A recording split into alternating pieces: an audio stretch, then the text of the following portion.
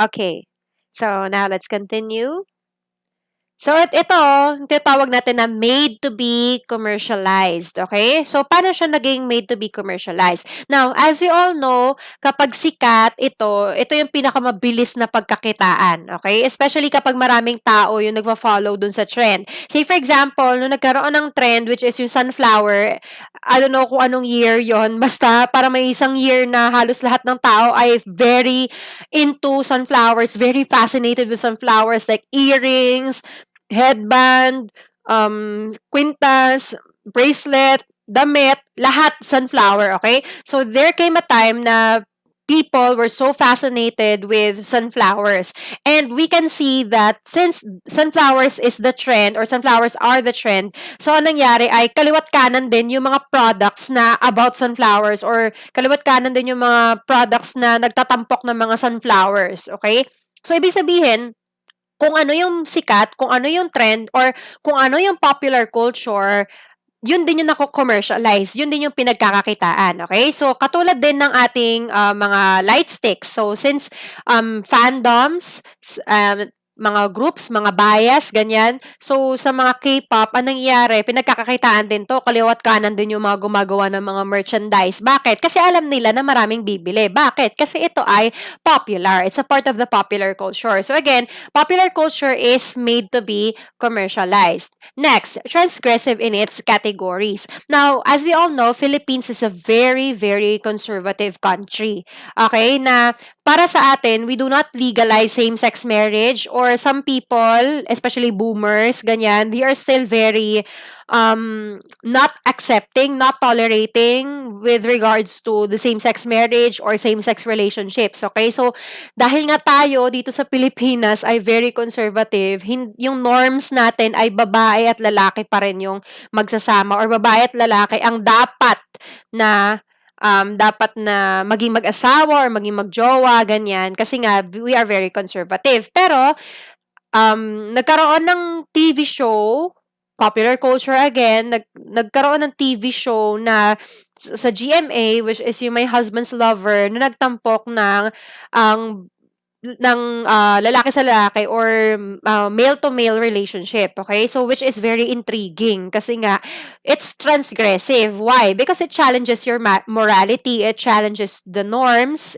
in the Philippines, and it challenges you as an audience, okay? That's why, yun nga, parang bago to kaya siya sumikat, kaya siya nag-trending, kasi nga, hindi pa to naririnig before. And this is a very challenging topic, okay? That's why it's transgressive, okay? So, yun din, parte ng popular culture natin ngayon, ang daming BL, okay? So, naging parte ng popular culture natin yung BL, okay? So, makikita natin na kaliwat kanan yung mga BL na BL series, BL films, BL webtoons, BL manga, ang dami, okay? Sumikat kasi siya talaga ngayon, especially sa Gen Z ngayon. So, sobrang sikat niya ngayon. Why? Because it's transgressive. Kaya siya naging sikat, it's because, yun nga, parang bago to sa paningin natin, okay? Kasi nga, transgressive siya, okay? So, next is disseminated with the use of media and technology. Okay, so yung mga dance challenge or any challenges sa TikTok or kung saan ng platform na mga challenges na nauuso, ay hindi naman mauuso or hindi naman sisikat kung hindi dahil sa media and technology. So, kapag may nagpauso ng isang challenge, tapos shinare through social media and through different social media platforms, doon, magiging trending siya, tapos sisikat na siya. Okay? So, it will be a part of our popular culture. Especially us in the Philippines, we are very fond of challenges. Mapagpatol tayo sa mga challenges. So, parte to ng popular culture din natin. Okay? So, next is, of course, ayan, si Raffy Tulfo in action, sikat na sikat, halos lahat ng tao nagte-trending lagi, especially kapag may mga very intriguing cases kay Raffy Tulfo. So again, it would not be popular, it would not be well known by people if not with the help of media and technology. Okay, and lastly, we have subjected to notions of sadomasochism. So, as I've said earlier, pag sinabi nga natin na sadomasochism, this one is even though nahihirapan ka na, you encounter hardships, ganyan, nasistress ka na, pero sige ka pa rin, gusto mo pa rin, kahit nahihirapan ka na, nasasaktan ka na, yun, sadomasochism yun. Okay, so, nangyari, masochista ka na nun. Paano naman siya nag-a-apply kapag sa popular culture na? Say, for example, in order for you to follow all the trends, in order for you to follow your biases, okay, in order for you to follow the K-pop, which is again popular culture natin sa Pilipinas, in order for you to belong, okay, to the bracket of popular culture, you are sacrificing your own parang resources. Halimbawa, pera. Kahit na wala ka ng pera, kahit magutom ka na, di baling wag ka nang kumain, basta makabili ka ng merch na original. Okay? So, bakit mo yun ginagawa? Kasi nga, again, there are notions of sadomasochism. So, kahit mahirapan ka, para lang sa popular culture, handa kang mahirapan. Okay? Kaya siya subjected to notions of sadomasochism. Another example, Netflix. Okay? So, Netflix, usong-uso to ngayon. Okay? Parte siya ng popular culture natin. Ang panonood ng films, series sa Netflix. So, wala na tayong pera, wala tayong allowance, hirap na tayo minsan, hikahos na tayo sa buhay, hirap na tayong umahon sa araw-araw sa school, pero magtitipid tayo, hindi tayo kakain, ganyan, para lang makapagbayad tayo dun sa ating subscription sa Netflix dahil andun yung gusto natin na area ng popular culture. Okay? So again, subjected to notions of sadomasochism. Okay. Now, what are the societal functions of culture? So, ano yung ginagampanan niyang role sa society natin, yung popular culture? So, popular culture acts as expression or conveyance of feelings. We have simplification. So, it simplifies some of the intriguing issues or social issues in the society or in our culture. It also acts as a mechanism to cope with the hardships of everyday life. Okay? So, it also acts as lessons and realizations in life. It provides entertainment. So, yun po yung mga examples natin. Okay? So, tingnan natin. So, ito naman ay para sa expression. So, magpe-play ako ng videos. So, ito ay mga commercials. Kasi commercials are also a part of popular culture. Okay? So, ito ipe-play ko. Ito ay under expression. Ambal nila na sobrahan ko no kakulot akong buhok. Ibagada nga, lagi akong walang time para sa anak ko. Ana silang murag wala pa daw ko kaadtog salon. I changed my hair a lot because I was insecure. Gambal sila nga buang ko kuno. Lalaki ka ba? Bakit sobrang ikli? Iyan nila, inbuhok ko biya sa sapulanot. Dubunot ni attention seeker. Gubo? Too loud. Iyan nila, inbuhok ko bukuntod siya Pilipino. Sabi ko, ayoko nga. Hindi ko pag-isulod sa kakahon. Kaya alam sin, uno iniiyan sin mga tao. Ang akong buhok ako kay lahi siya. Kakaiba pero maganda. I love my hair because it suits me so much. It makes me feel me. Makuyag to da ko ang buhok ko kay makakanap siya confidence ko. Ang beauty, ikaw na kung wala kalabot kung anong balon sa iban nga tao. Ang nindot na buhok gani, lahi-lahi na siya sa kada tao. Ang basig unsa na buhok kay buhok Filipino. This is my hair. Buhok na ako. Buhok ko. Buhok na ko. Buhok ko. Buhok ko. Hambal ko. Okay, so in this commercial, which is, of course, an example of popular culture, it acted as a way of expressing yourself or a way of expressing what you want to do with your own body because it's your body, it's your hair, it's your say, ganyan. So again, it acted as an expression. So it served its purpose or its function to express the feelings of the individuals. Okay? So dito natin makikita na yung popular culture, it has the power to, of course, express or to serve its purpose to express some of the feelings and concepts of every individual or every audiences. Okay? Next.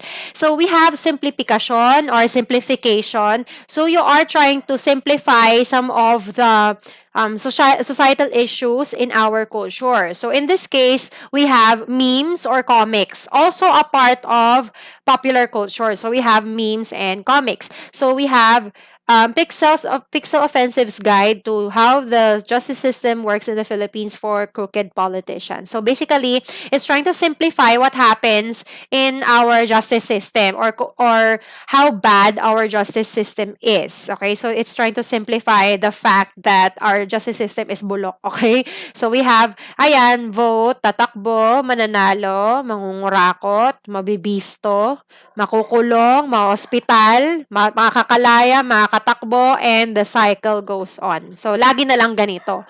Okay? So, makikita natin, in just one comic, it tried to simplify the happenings here in our country. Okay? So, next is, laan para batahin ang komplikadong buhay or mechanism to cope with the hardships of everyday life.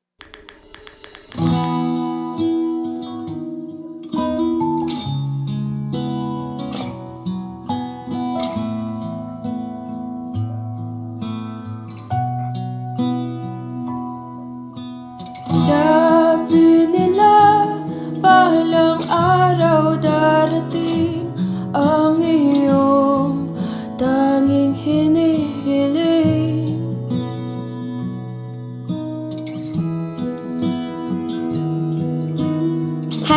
#couple goals. Yan ang lagi nilang sinasabi.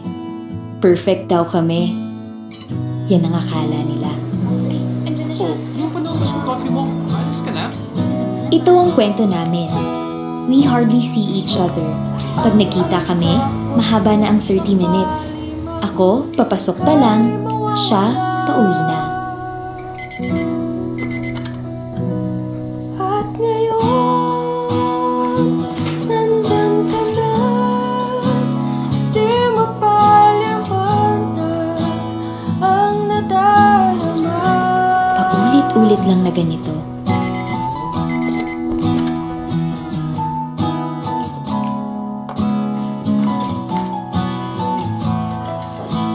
Pag weekends, tinatry namin bumawi. Pero ako, wala nang energy. Lisa! Siya, buhay na buhay pa.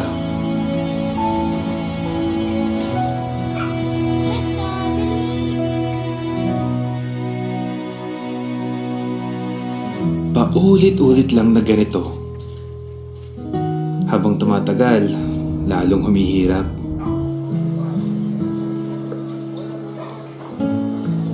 Ito na nga lang time natin, unahin mo pa yan. Ito na. Wait lang. Sorry, love. Pakialis yung kamay, please.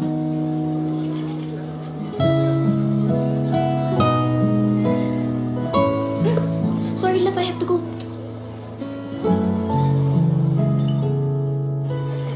Dumating ang time na hindi lang oras namin ang hindi nagkakasundo. Lisa! Matt?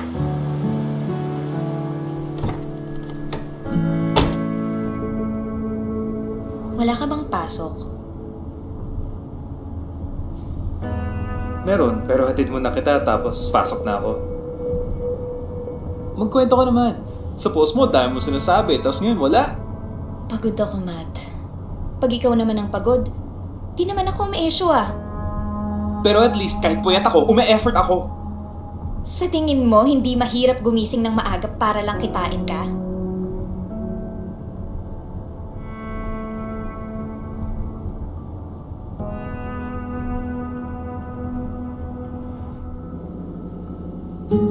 Kaya, naiintindihan ko si Matt nung naghanap siya ng iba. Nakakapanibago? Siguro, sasanay din ako. Masaya kaya siya?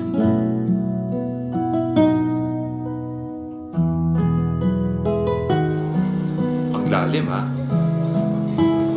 Ano iniisip mo? Masaya ka ba sa bago mong work? Hindi mo naman kailangan lumipat eh. Masaya ako. Pero even if I wasn't, I'd still do it for you. For us. Oh, picturean mo muna.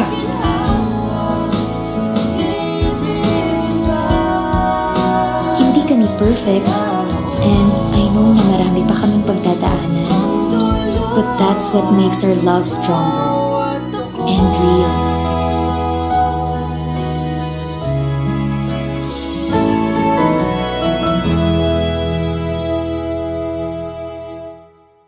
Okay, so this one is uh, clip or a commercial from Jollibee. Okay, so paano naman to naging mechanism to cope with the hardships of life or laan para batahin ang komplikadong buhay? So, of course, we can see that conflict in relationships could be an everyday or day-to-day problem, right? Especially if you are two busy adults and you don't have any time to spend together, and most of the time parang dahil nga busy kayo, hinahabol nyo lagi yung oras, so wala na kayong time para sa isa't isa. And then, syempre, because of stress, sometimes mainit yung ulo yung parehas. Kaya nangyari, minsan nagiging conflict to araw-araw sa mga, yun nga, real-life couples. Now, etong commercial na to, probably, dahil nga part siya ng popular culture, ito ay nagbibigay ng pag-asa sa mga tao to cope with that kind of hardship. Especially, for example, kung isa kang tao na medyo araw-araw na lang kayo nag-aaway ng jowa mo, tapos napanood mo tong commercial na to, syempre parang may, ano ba, may uplifting sense ba sa'yo na parang kaya mo nang batahin yung problema just because napanood mo to. So, yun yung effect na tinatawag natin. So, in this case, nag-serve siya ng purpose na magbigay ng mechanism to cope with a problem that exists in real life. Okay? So, next is leksyon or lesson.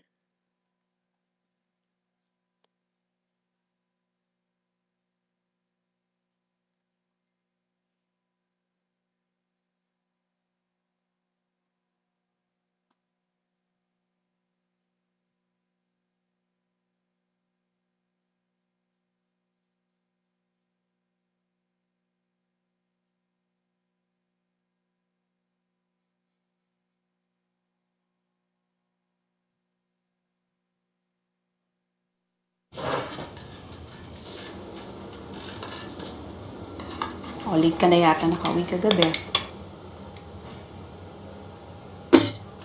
Ilang beses ka ba dapat pagsabihan? Ang hirap sa'yo, parang hindi importante ang mga sinasabi namin. Kaya binabaliwala mo! Paulit-ulit namin sinasabi sa'yo, hindi ka man nakikinig!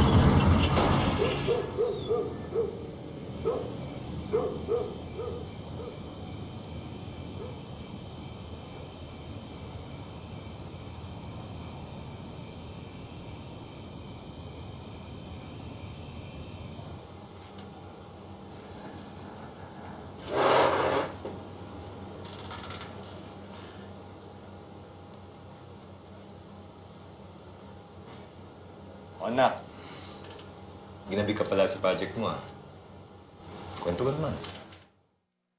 Okay.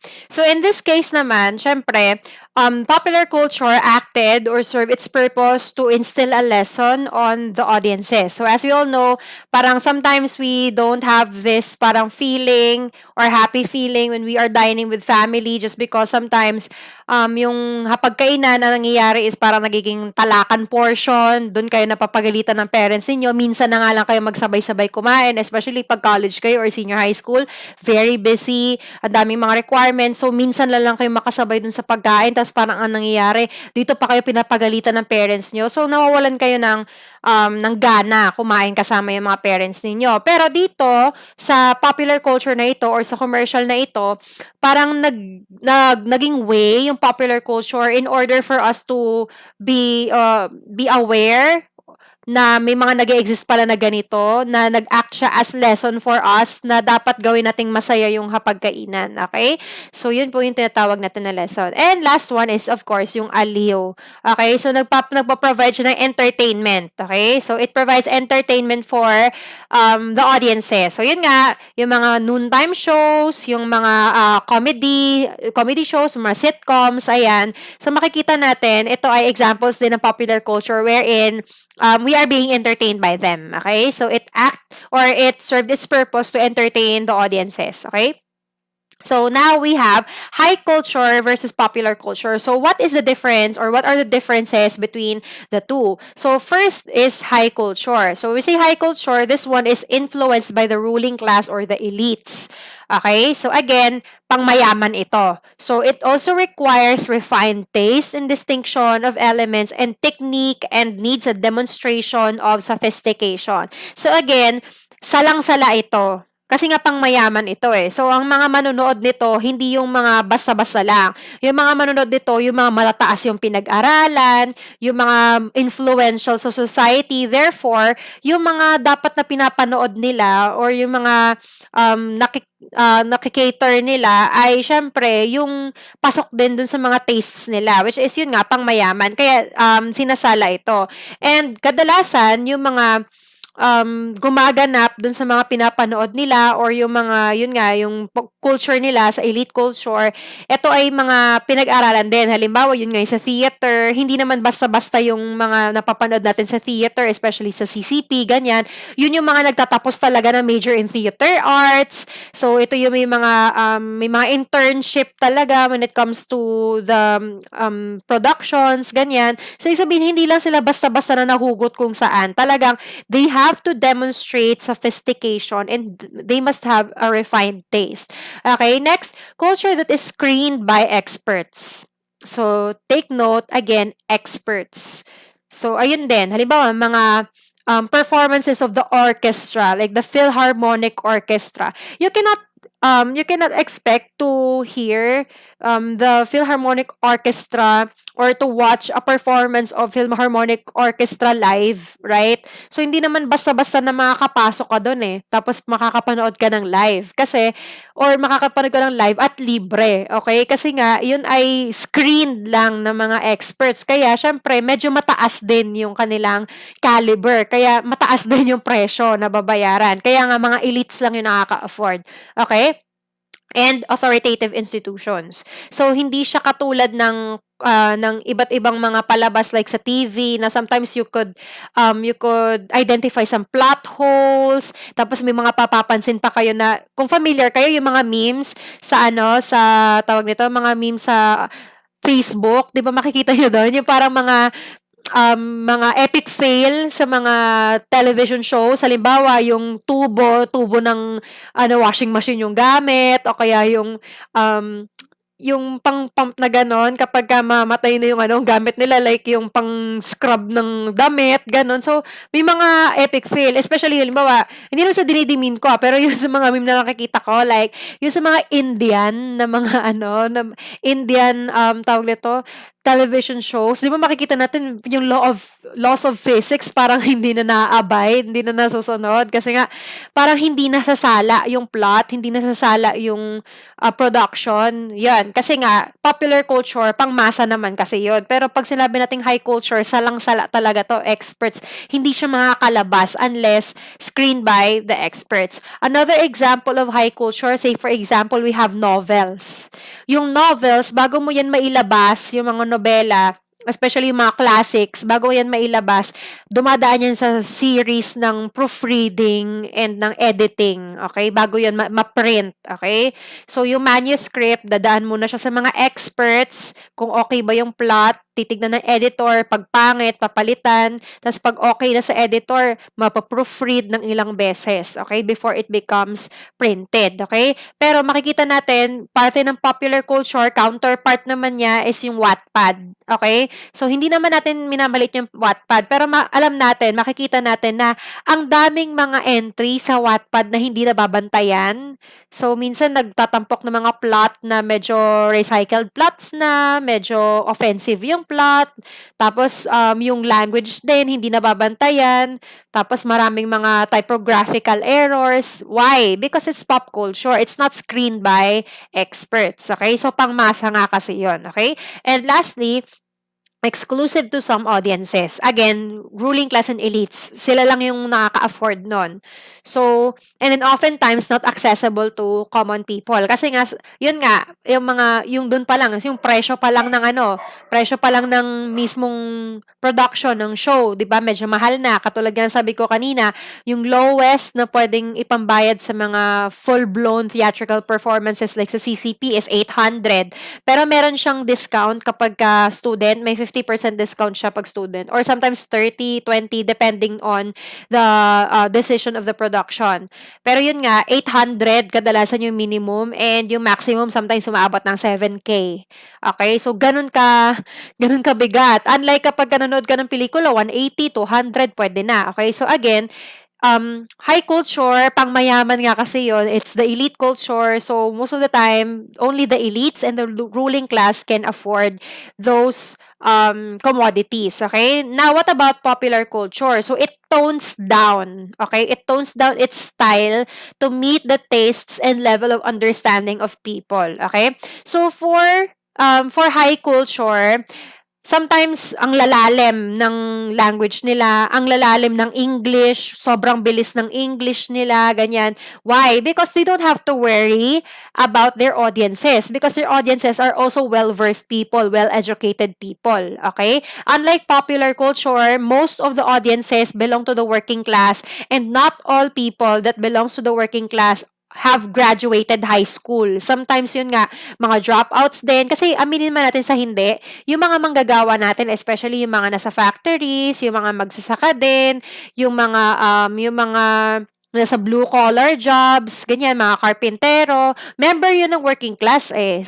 Ka-member din natin sila. So, kadalasan sa kanila nakatapos ng high school pero hindi nag-college. Sometimes hindi rin nakakatapos ng high school. So, pag isipin natin, kapag ka masyadong malalim yung language or dire-diretsong English yung ipapalabas, ganyan, or matatalinhagang mga salita ng Filipino yung ipapalabas sa popular culture, ano mangyayari? Hindi makakasunod yung mga kababayan natin na iba. Especially yung mga kababayan din natin na mga galing ng probinsya, hindi naman nila original na language or hindi nila native tongue or hindi nila mother tongue yung Filipino or yung Tagalog, di ba?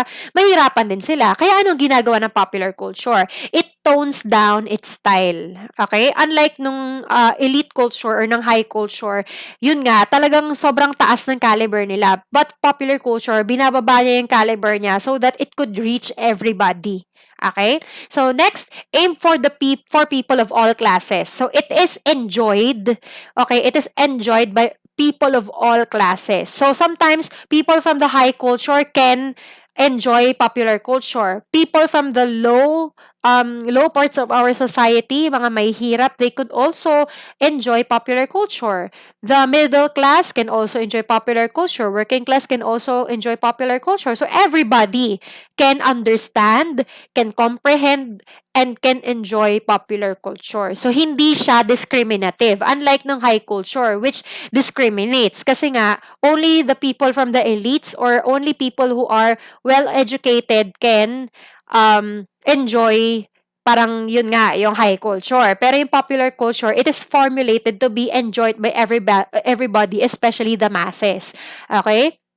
So next, accessible to all kinds of people most of the time. So accessible, again, to people. Okay? So ibig sabihin, madali lang siyang ma-access. TV, radio, social media, madaling ma-access tong mga to, especially ngayon. Kahit na pumunta ka sa probinsya, meron at meron diyang nanonood ng TV, meron at meron diyang nakikinig ng radyo, meron at meron diyang may Facebook. Okay? So makikita natin na lahat ng mga tao can access popular culture, okay? So, most of the time, they can access that. Unlike ng high culture, which is yun nga, may pinipili. Halimbawa, yung theatrical performances, hindi naman araw-araw, kada oras may theatrical performances. Meron lang siyang specific na runtime, specific lang siya na dates for the production, okay? Pero, wala kang makikita doon na parang katulad ng TV, na gabi-gabi may ipapalabas na, na teleserye or kada oras or parang every hour, every 3 hours, merong panibagong show na pinapalabas, 'di ba? So, katulad din ng pelikula, dati nung normal pa yung lahat, 'di ba? Halos linggo-linggo may pelikula sa mga sinehan. So, hindi katulad ng pop culture yung high culture because high culture again, it's not really that accessible unlike popular culture which is accessible to all people most of the time. Okay? And lastly, it focuses on the notion that it is made for the people, meaning it aims to reach as many audiences as possible. Okay? So yung popular culture, meron siyang aim or meron siyang goal na maabot lahat ng tao. Mas maraming tao na makakapanood, mas maganda. Okay? So kasama dun sa objective niya, aside from magustuhan ng maraming tao, is paabutan niya yung lahat ng tao. Katulad ng TV nga, 'di ba? Yung TV, yung mga teleserye, yun, sa kanila, mas maraming nanonood, mas maganda. Okay? Pero pag sinabi nating high culture, wala silang pakialam kung maraming manonood or konti. Basta, ang gusto namin, makapag-perform kami. Tapos, yun na yun, as is. Okay? Katulad ng theater performances, wala naman silang quota.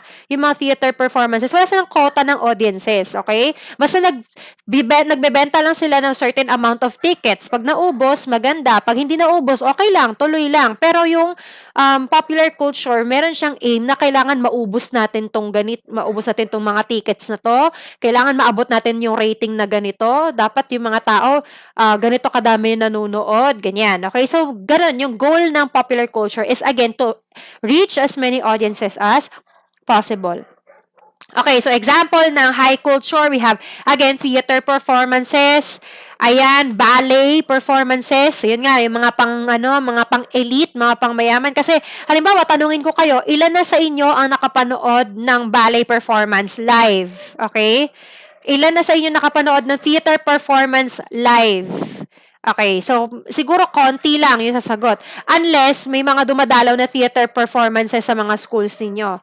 Okay? So unlike ng film, kagaya nito, so itong film, accessible siya almost to everybody. Tapos yun nga, kung nagsusubscribe kayo sa mga Netflix, ganyan, iFlix, ganyan, so you could watch this again and again. So, again, it's very accessible to everybody. Ayan, yun. Katulad sa Netflix, di ba? So, halimbawa, hindi kayo hindi kayo nagkaroon ng chance to watch it sa sinihan, you can watch it on your phone if you are subscribed in Netflix. So, makikita natin na it's very accessible. Okay? So, unlike nito, ng mga ballet performances, tsaka ng theater performances, pag tapos na yan, wala na, tapos na, unless may rerun. Okay? Or may pambili ka ng ticket para makapanood ng rerun. Okay? So, lastly, we have mass culture. Now, how do we define mass culture? So, mass culture, common denominator with popular culture is its parang widespread audiences. Now, this is propagated through media and technical means only. So, unlike popular culture, which can be disseminated through direct contact. Okay? So, halimbawa, direct contact, yun nga, pwede natin na through word of mouth, ganyan. Pero pag mass culture, it is propagated through media and technical means only, okay? So, its main function is to cater business matters to reach out to potential consumers. Okay? So, ibig sabihin, most of the time, mass culture is related to business, okay? And it overlaps the notion with popular culture. Pero yun nga, ang kailangan nyo lang tandaan is it's propagated through media and technical means only, and its main function is to cater business matters, okay? So examples niyan ay mga websites, okay, yung mga brochures, mga flyers, okay? So yun ay examples ng mass culture, again, to cater business sila. Okay, so now, why is popular culture important? So, number one, it has the power to, unite people of all kinds. So, popular culture makes people to be more tolerant and accepting to, like, values, perspectives, and relative opinions. Popular culture has also the ability to shape, reinforce, or change the norms. Popular culture also helps both businessmen and consumers, and it also boosts the economy. Popular culture also has the power to spread awareness and enact change, katulad nga nung diniscuss natin kanina. And lastly, popular culture makes way for innovation, be it technological or social. Kasama na rin to ng parang effecting change na power ng popular culture. Okay, so this ends our first part ng ating discussion on popular culture. So make sure that you would watch this as well as read this part in your module so that pagka na may synchronous classes tayo, magkakaroon tayo ng activity. Okay? So, see you in our synchronous classes and I'm going to prepare for the second batch of our video lessons. Thank you so much, everybody.